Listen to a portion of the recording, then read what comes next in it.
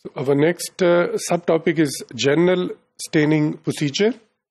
Before we discuss general staining procedure, I like to tell you that tissues which take up stains or which are colored with stain, they are known as chromatic tissues, while those tissues which are not stained, they are named as achromatic tissues. First of all, the tissues which are stained with different types of dyes, they may be named as acidophilic if they are stained with acidic stains like eosine, acid fuchsin, nigrosine.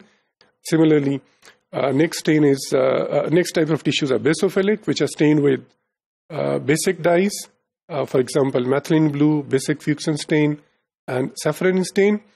Third type of tissues, they are known as amphiphilic, and they are stained with either acidic or basic dyes.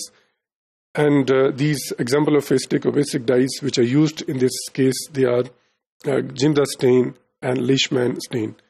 Okay, types of staining generally is of two types, in vivo and in vitro, as the name indicate. In vivo means which are carried out inside living tissues for various cytochemical details, and the purpose is to track or to study different reactions taking place in the cells or in the organisms. In vitro means which are non-living, so biological material or matter is non-living, and it is used for diagnosis of various diseases. General steps of staining. There are three main steps.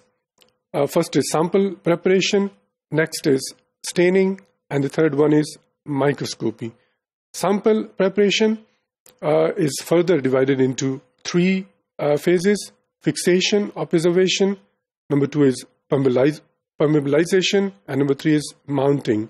In first step, in fixation, the cells or tissues, they are preserved in natural state.